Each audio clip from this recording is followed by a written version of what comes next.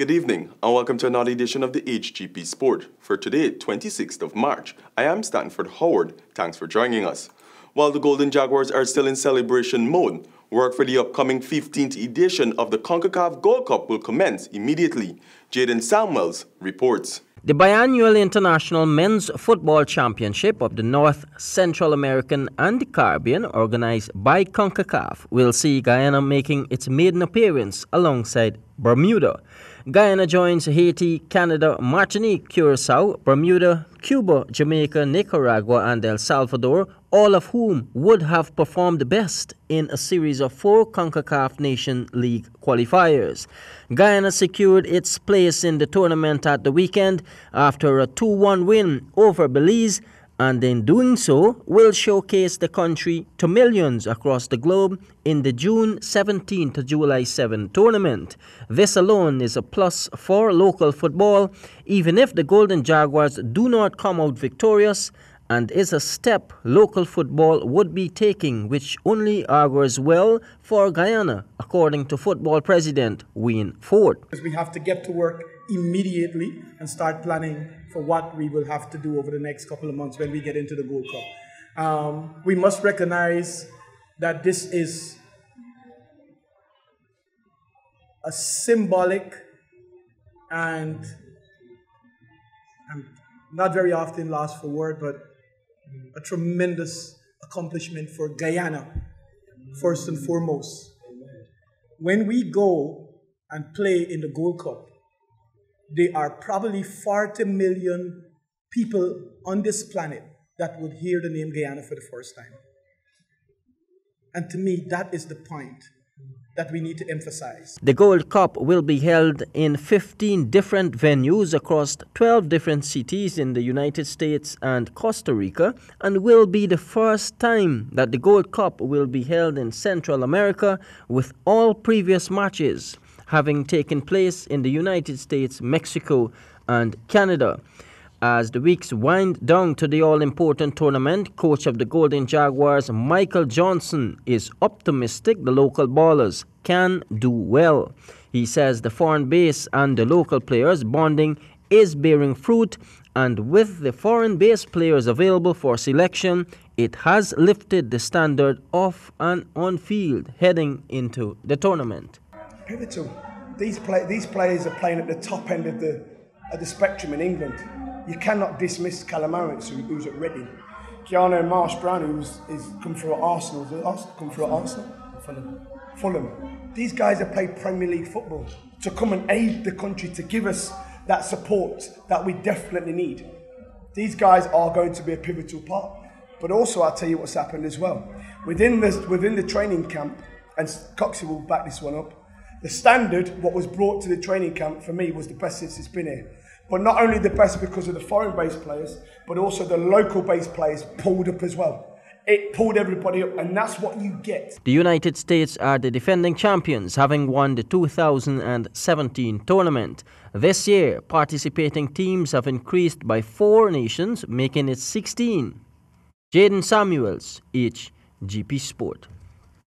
Still in football, St. John's College and Lodge booked the final 2 spots in the quarter-final as action in the Boys on the 18 Schools Football Tournament continues. The details in this report. The conclusion of the round of 16 ended last evening in high drama during the clash for the final spot in the next weekend's quarter-final. St. Stanislaus and St. John's College took center stage in the thrilling lineup. Both teams in the first half hour of the game had good defense skills as a few near-miss opportunities went by.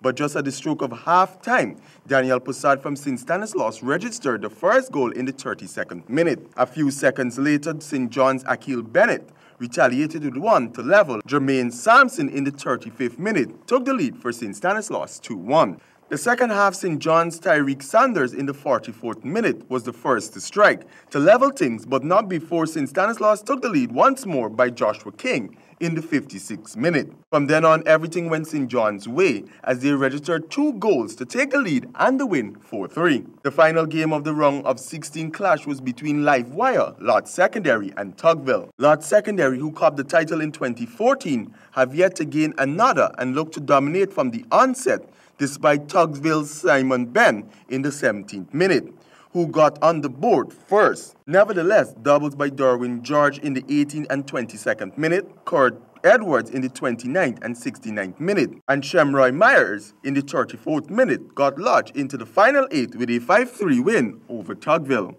The quarterfinals will kick off this weekend on Saturday, the 30th of March at 1300 hours, with Charleston going up against Annandale, and at 1500 hours, Bishops will tackle President's College, and quarterfinal 2 on Sunday, the 31st of March at 1300 hours, Wismar Christianburg will battle Virgin Nugent, and at 1500 hours, Lodge will go up against St. John's College.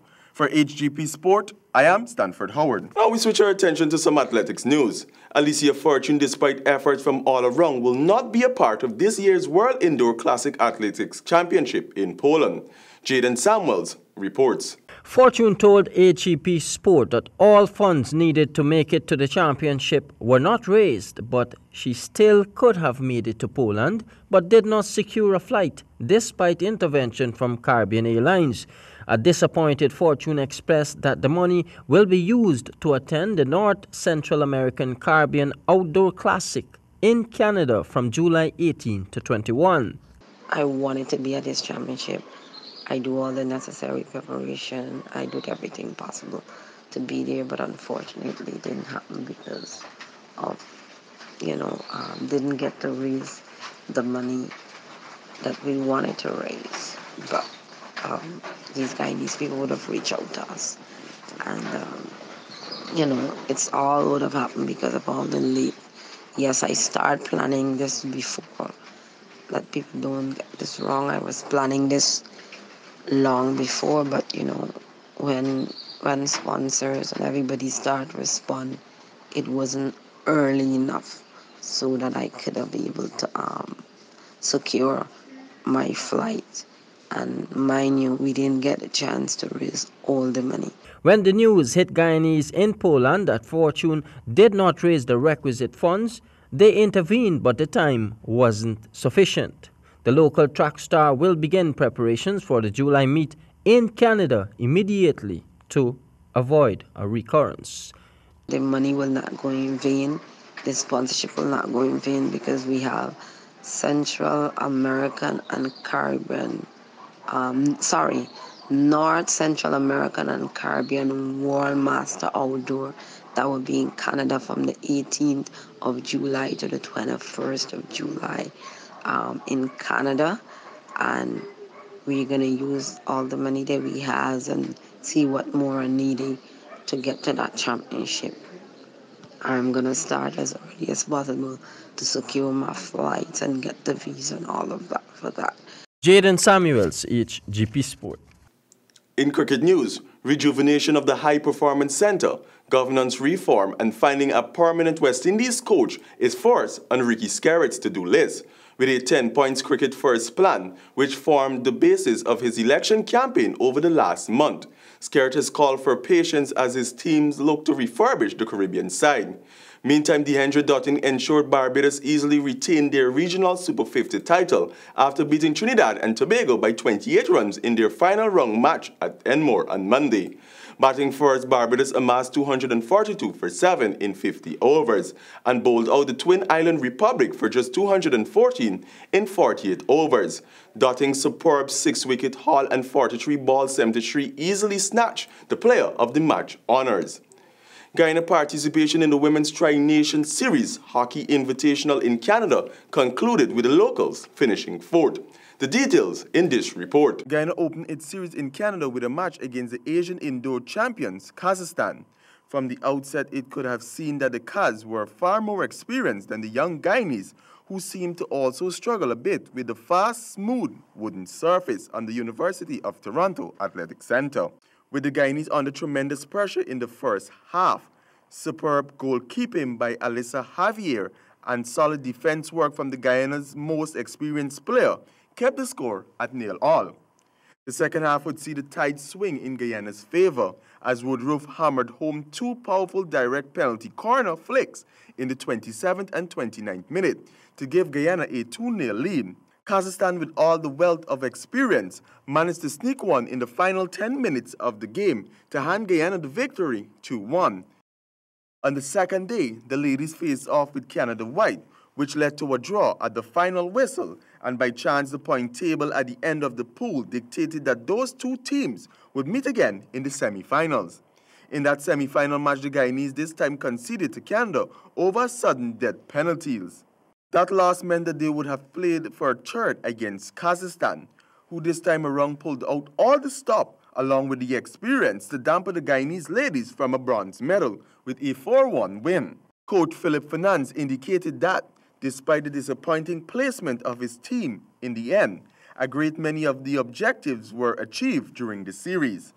Fernandes shared that the team, being fully aware of their unfavorable ranking and inexperience, had set a target to win or draw at least one match in the series. As it turns out, they won a match and had drew twice. Fernandes noted that the Guyanese defended well throughout the series, but needed to improve on their offensive skills and ability to turn chances into goals.